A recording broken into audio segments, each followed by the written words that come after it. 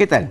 Este es un nuevo programa de Tu Salud a través de Cayetano Más. Soy el doctor Leslie Soto y vamos a tener una entrevista muy interesante sobre un tema bastante preocupante, la tuberculosis. Desafortunadamente somos un país que tiene muchos casos y anualmente estamos notificando como 27,000 casos nuevos. Esta enfermedad tiene un tratamiento largo, sin embargo, hay personas que tienen variante de esta enfermedad. Una variante que se llama MDR, multidrogoresistente, que quiere decir que es resistente a ciertas drogas. Y sin embargo, existe otra clasificación más. Muchas personas que son MDR quizás puedan ser XDR, que significa extremadamente resistentes. De tal manera que hay una enfermedad que tiene un tratamiento, pero esta enfermedad puede ser cada vez más resistente a los fármacos. Hay muchos factores que hacen que esto pueda ocurrir. Para esto hemos invitado al doctor Enrique Valdivia Núñez. Él es neumólogo del Hospital Nacional Cayetano Heredia y profesor de la Universidad Peruana Cayetano Heredia. Quique, ¿cómo estás? ¿Qué tal? ¿Cómo estás, Leslie? Quique, empecemos. ¿Qué es la tuberculosis? Muy bien, la tuberculosis es una infección causada por una bacteria, Mycobacterium tuberculosis, que la conocemos ya hace más de 100 años, y que la enfermedad se caracteriza por la infección de esta bacteria principalmente en el pulmón, aunque puede ser cualquier parte del cuerpo. Si hablamos que principalmente es pulmonar, es porque ingresa por vía aérea. Exacto, es una bacteria que la respiramos, porque el principal ingreso para el organismo es a través de la respiración, igual que el COVID, por pequeñas gotitas, ingresa por vía respiratoria y se aloja en el pulmón. ¿Todas las personas que vamos a respirar esta bacteria vamos a hacer enfermedad? Es una pregunta interesante, Leslie. Cuando se ha hecho estudios para saber cuántas personas están infectadas en el país, o por lo menos en algunas ciudades, nos hemos dado cuenta de que hay muchas personas que se han infectado, pero no se han enfermado. Y entonces eso quiere decir que yo, si estoy en contacto con una persona que tiene tuberculosis, probablemente pueda que no me enferme ni me contagie. Pero sí me puedo infectar. Pero sí me puedo infectar. Ok, eso implica entonces que infección implica que yo adquiero esta bacteria, pero mi cuerpo evita que haga la enfermedad, ¿no es cierto? ¿La tuberculosis solo se queda en el pulmón o se puede ir a otros sitios? Una vez que la bacteria entra a nuestro organismo, hay como una pequeña infección localizada a nivel pulmonar, y si eso no se logra contener, la bacteria puede viajar por sangre a diversas partes de nuestro cuerpo. Eso implica entonces que puede haber tuberculosis renal, linfática, a nivel de huesos, cerebral, en todas partes. Exactamente. ¿Y de qué va a depender que uno pueda hacer una u otra forma? El desarrollar la enfermedad depende de tu capacidad inmunológica, ¿no? Hay ciertas enfermedades que debilitan nuestro sistema inmunológico. Una de ellas es el VIH, o la enfermedad de virus de la inmunodeficiencia, y eso ocasiona que la tuberculosis se disemine por casi todas partes del cuerpo. Pero en una persona que no tiene enfermedades, otra enfermedad de ese tipo es la diabetes. Si no tienes ese tipo de enfermedades, la tuberculosis normalmente se queda en el pulmón. Pero a veces, muchos años después, esa tuberculosis puede volverse a activar y convertirse en enfermedad. Si existe esa posibilidad de activación, eso quiere decir entonces que si yo me infecto en este instante, ¿hay alguna forma de saberlo y prevenir? Esa es una pregunta muy importante, ¿no? En otros países del mundo se hace mucho énfasis en la detección de la infección más que de la enfermedad. Entonces, eso permite que las personas no pasen de infectado a enfermo.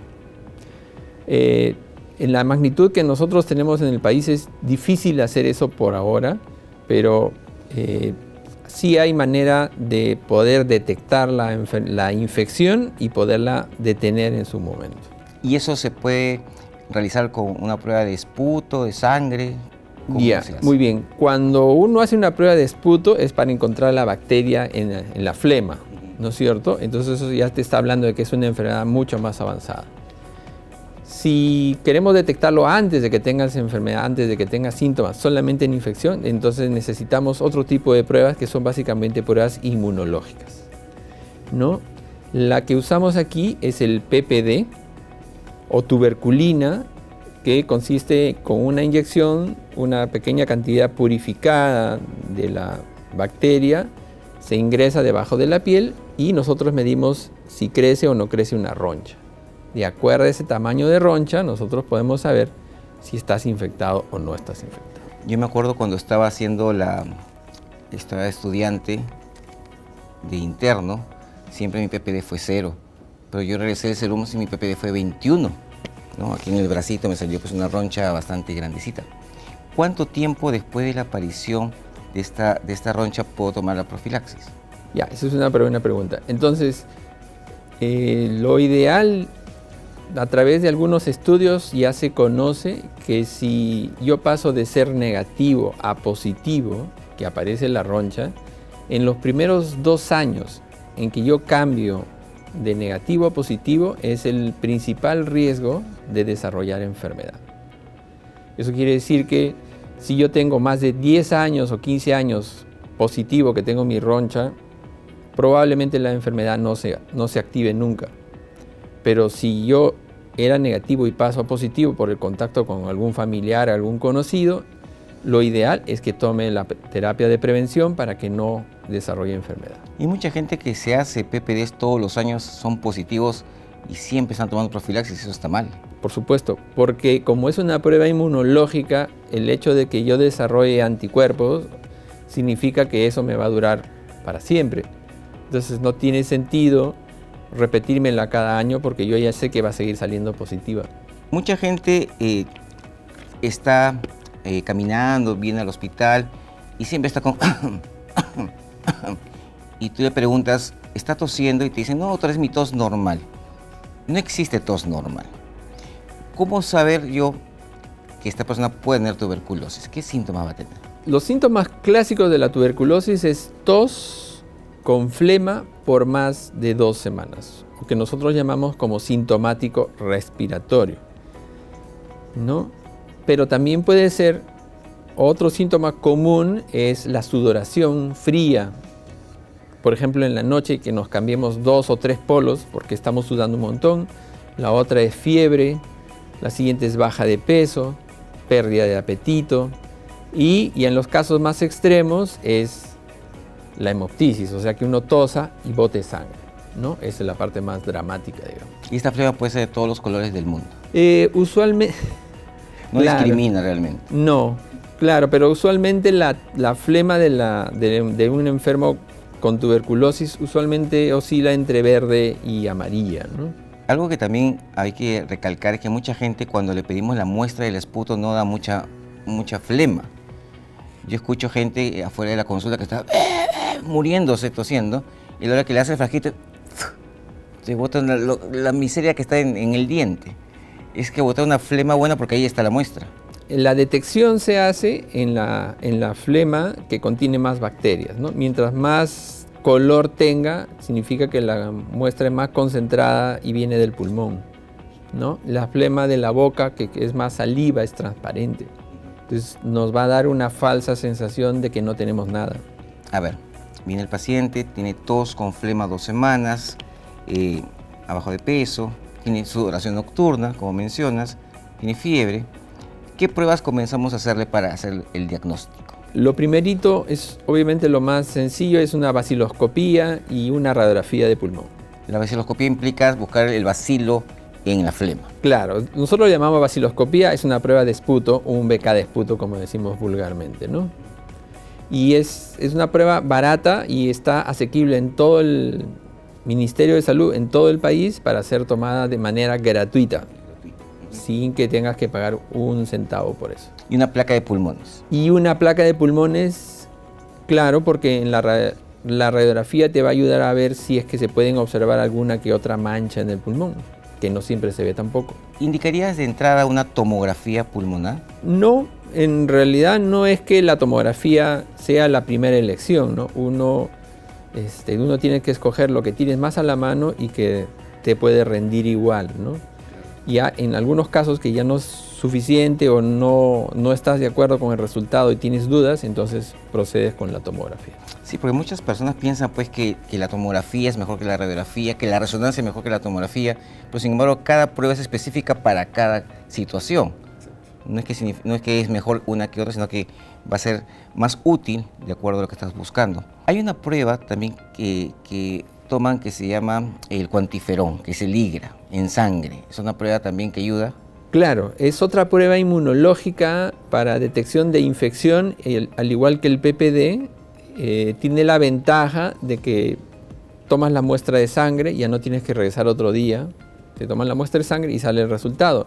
La principal desventaja es que cuesta bastante más, ¿no? Es 100 veces más el costo de lo que cuesta un PPD y no es gratis, obviamente, no es tan asequible para nosotros, así que por ahora nos quedamos con el PPD. Bueno, eso sí, es carito el IGRA. Cuando uno nace, una de las vacunas que se colocan en el bracito es el BCG. ¿Para qué nos colocan el BCG? ¿Nos protege de la tuberculosis? El BCG tiene un nombrecito raro que se llama el bacilo de Calmette-Guerin, pero es una micobacteria muy familiar o muy cercana a la tuberculosis. Es una Mycobacterium bovis, que es una tuberculosis de vacas, ¿no? Y que comparte cierta antigenicidad, o sea, te ofrece cierta protección, pero esa protección que te da ocurre básicamente durante el primer o segundo año de vida y te protege más contra meningitis, contra formas graves. Después de ese tiempo ya se pierde la protección. Sí, porque mucha gente piensa que esta vacuna, este BCG te va a durar de por vida. No, solamente los primeros años. Ok, entonces ya tenemos personas que han estado en contacto, pueden tomar preventivo, que se llama profilaxis, y gente que está ya enferma, tratamiento. ¿Esta profilaxis cuánto tiempo debe de tomarse? Inicialmente, la profilaxis es un antibiótico y por lo tanto, así como un tratamiento de la tuberculosis dura 6 meses, ¿no? Usando el mismo principio de que la bacteria necesita más tiempo de antibiótico, la profilaxis también debe ser más larga. Entonces, la primera profilaxis se hace con la isoniazida. Ahora, en ciertas situaciones especiales en donde uno, por ejemplo, es alérgico a la isoniazida o es resistente a la isoniazida, entonces tenemos que cambiar de antibiótico y ya el tiempo ya no es tan largo como 6 meses, ¿no? En algunas es 4 meses, como en la rifampicina, y en el caso de resistencia, si usas una quinolona como la levofloxacina, es 6 meses también. Si la persona está enferma, pasa un esquema que dura 6 meses. Ok. Con, en nuestro país, 4 fármacos. Así es, 4 antibióticos. ¿Por qué cuánto tiempo? ¿Por qué son 6 meses? Lo primero es que, para explicarlo de manera sencilla, si digamos nuestro pulmón se ha enfermado y se ha formado como un hueco, ¿no? O una cavidad, dentro de esa cavidad hay muchas bacterias. Y al haber muchas bacterias necesitamos más armas para eliminarlas. De ahí que lo mejor es usar 4 antibióticos para eliminar la mayor cantidad de bacterias y disminuir el riesgo de que nos volvamos resistentes. Básicamente es eso. De tal manera que los primeros 2 meses son con 4 antibióticos o 4 drogas, como quiera llamarle, y los siguientes 4 meses ya son 2 antibióticos, que pueden ser 3 veces por semana o diario. Quique, ¿y las otras formas de tuberculosis, la meningia, la ósea, gastrointestinal, son las mismas drogas y al mismo tiempo? El tiempo de antibiótico está dado principalmente por si el tejido, o sea, la parte enferma de nuestro cuerpo, la llegada de los antibióticos es igual o no. Entonces, por ejemplo, en los ganglios es más tiempo porque la llegada de los antibióticos no es tan buena. Lo mismo pasa con el hueso. Si te da tuberculosis en el hueso o en los huesos, la llegada de los antibióticos es un poco más lenta y eso nos obliga a que prolonguemos más tiempo de tratamiento. Puede ser 1 año, año y medio, hasta que veamos que el hueso sea completamente recuperado. Y lo mismo pasa con el cerebro. Se dice que es como mínimo 9 meses, pero puede ser más tiempo dependiendo del tipo y del tamaño de la lesión. Si yo tengo VIH o tengo diabetes o estoy en quimioterapia o algo que bajó mis defensas, ¿el tiempo de tratamiento es igual?